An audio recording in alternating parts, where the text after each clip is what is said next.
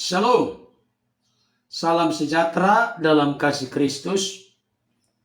Pada kesempatan ini, saya akan membahas satu kisah menarik dari India. Alkitab dijadikan kertas rokok. Lihat apa yang terjadi.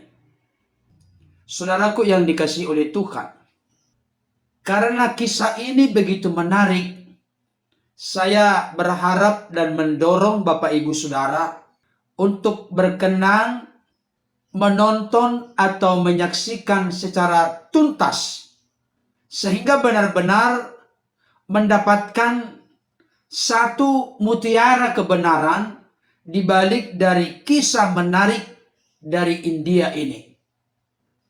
Satu ketika ada seorang yang masuk ke dalam penjara. Memang tidak begitu jelas seseorang ini masuk ke dalam penjara oleh karena apa. Kemudian narapidana ini dikunjungi oleh seorang penginjil.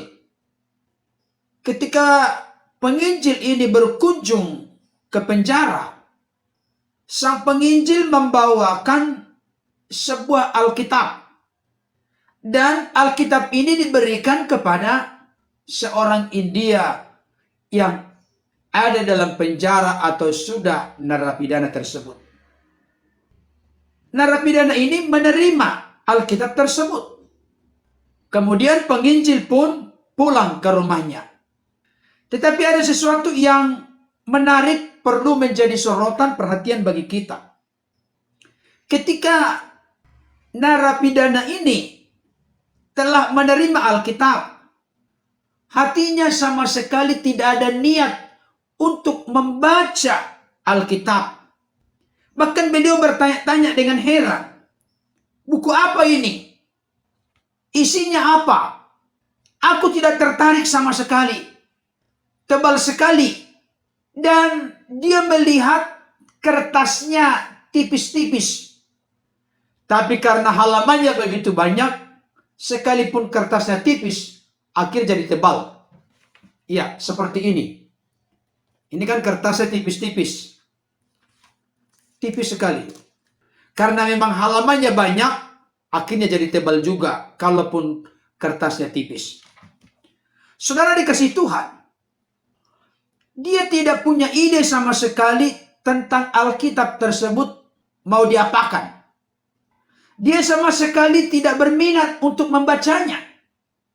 Lama-kelamaan, karena sudah bosan melihat Alkitab tersebut dan tidak tahu sama sekali memperlakukan Alkitab, maka muncullah di dalam benak atau di dalam pikirannya, ini Alkitab bisa juga dijadikan kertas rokok. Apa yang terjadi berikutnya, Bapak Saudara?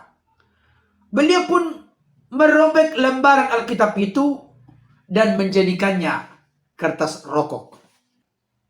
Saudara dikasihi Tuhan, setiap kali sang narapidana atau yang di dalam penjara ini ingin merokok, dia robek satu lembar, kemudian dilinting atau digulung sedemikian rupa. Bahkan sampai sudah berhari-hari, berminggu-minggu, berbulan-bulan, dia buat seperti itu. Tiap kali ingin merokok, dia robek satu lembar, dia linting, dia gulung, kemudian dia merokok. Saudara dikasihi Tuhan, tetapi tibalah pada sebuah momen dan kesempatan. Selama ini berhari-hari, berminggu-minggu, berbulan-bulan, tidak tahu beliau sudah berapa lembar yang dirobek dari Alkitab tersebut, dan dia pakai sebagai kertas rokok. Maka dia pun berpikir, apa salahnya kali ini? Atau hanya sekali ini saja? Saya ingin tahu di dalamnya isinya apa. Itu dia lakukan sebelum dirobek, apalagi sebelum dilinting atau digulung. Saudara dikasihi Tuhan, apa yang terjadi? Ketika beliau memiliki niat kerinduan, tekad dan pikiran untuk membaca Alkitab satu kali saja, hanya sekali ini saja kata dia, ternyata beliau menemukan satu ayat firman Tuhan. Dan ayat firman Tuhan yang dimaksud adalah Yohanes pasal 3 ayat 16. Kita semua tahu bunyi dari ayat tersebut. Karena begitu besar kasih Allah akan dunia ini, sehingga ia telah mengaruniakan anaknya yang tunggal, supaya barang siapa yang percaya kepadanya tidak binasa, melainkan beroleh hidup yang kekal. Saudaraku, apa yang terjadi kemudian? Sewaktu dia membaca Yohanes 3 ayat 16, maka Roh Kudus pun bekerja begitu hebat. Langsung dia menyadari dirinya sebagai seorang yang berdosa. Dia sebagai seorang yang rusak karena dosa. Tidak lama kemudian, air matanya pun berurai, berjatuhan, dia menangis, Bapak Ibu Saudara. Dia pun mulai berkata, Tuhan, ampuni saya. Saya orang berdosa.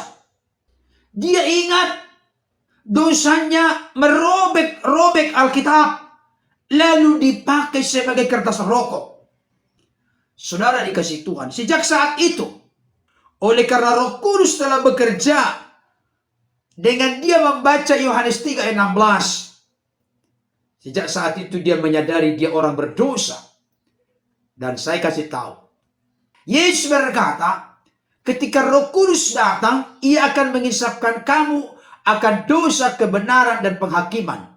Akan dosa, yaitu karena kamu tidak percaya kepada Yesus. Dengan Roh Kudus bekerja ketika sang narapidana atau orang yang dipenjara ini membaca Yohanes 3 ayat 16, dia menyadari dia sebagai seorang yang berdosa. Dia butuh keselamatan. Saudara dikasih Tuhan, akhirnya sejak saat itu, dia membuka hatinya untuk percaya menerima Yesus sebagai Tuhan dan Juru Selamat dalam hidupnya. Saya mau sampaikan kepada Bapak Ibu Saudara dimanapun berada.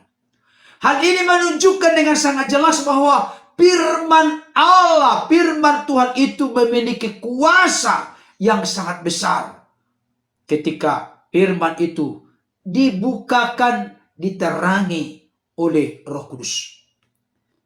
Oleh karena itu, dari kisah menarik yang sudah kita saksikan dan dengarkan ini, saya mau sampaikan kepada kita, mari kita makin sungguh-sungguh, makin serius untuk membaca, merenungkan, mempercayai, menghidupi, melakukan kebenaran firman Tuhan. Firman Tuhan jelas berkata, kebenaran itulah yang akan memerdekakan saudara dan saya. Ini bukti yang jelas bahwa kuasa firman bekerja oleh karena karya Roh Kudus yang menerangi sang narapidana atau orang yang dipenjara ini. Tadinya barangkali dia berupaya untuk menghabiskan lembaran demi lembaran Alkitab itu, dipakai untuk menjadi kertas rokok. Dia linting, dia gulung, kemudian dia merokok. Tapi apa yang terjadi? Hanya sekali saja dia berupaya dan bertekad hanya sekali saja untuk mengetahui apa isinya. Akhirnya dia pun membacanya. Dan apa yang terjadi? Roh Kudus bekerja. Hal ini menunjukkan sekaligus kepada saudara dan saya, selain dari kuasa firman Tuhan, di mana Roh Kudus bekerja di dalamnya, sangat dahsyat dan luar biasa. Saya mau sampaikan, Tuhan bisa pakai apa saja dan siapa saja untuk membuat seseorang berjumpa dan bertemu dengan Yesus.